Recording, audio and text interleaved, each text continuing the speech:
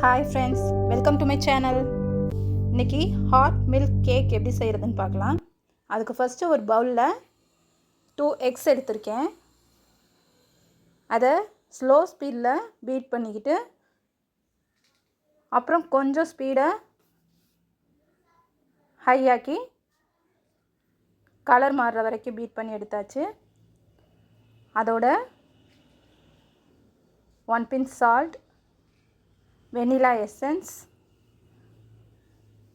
1/2 cup sugar powder sugar எடுத்துகிட்டு beat பண்ணி நல்லா சாஃப்டாக இந்த மாதிரி ஒயிட் கலர் க்ரீமியாக வந்ததையும் அதோட வெஜிடபிள் ஆயில் 1/4 கப் சேர்த்துருக்கேன்.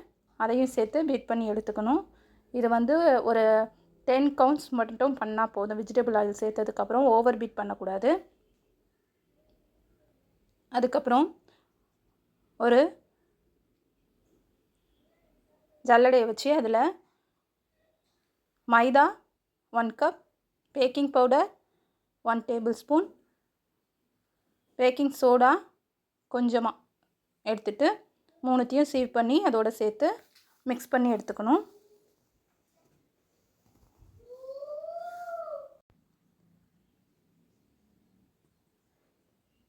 மிக்ஸ் பண்ணி எடுத்ததுக்கப்புறம் ஒரு பேனில்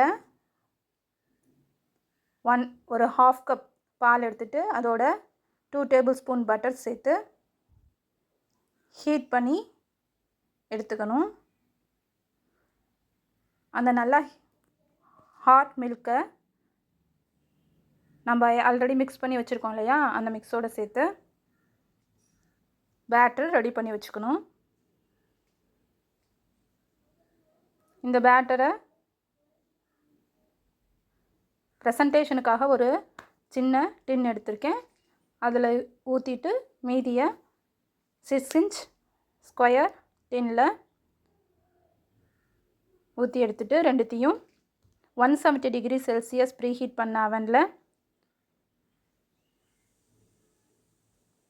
18 மினிட்ஸ்க்கு வச்சு எடுத்துக்கிட்டேன்.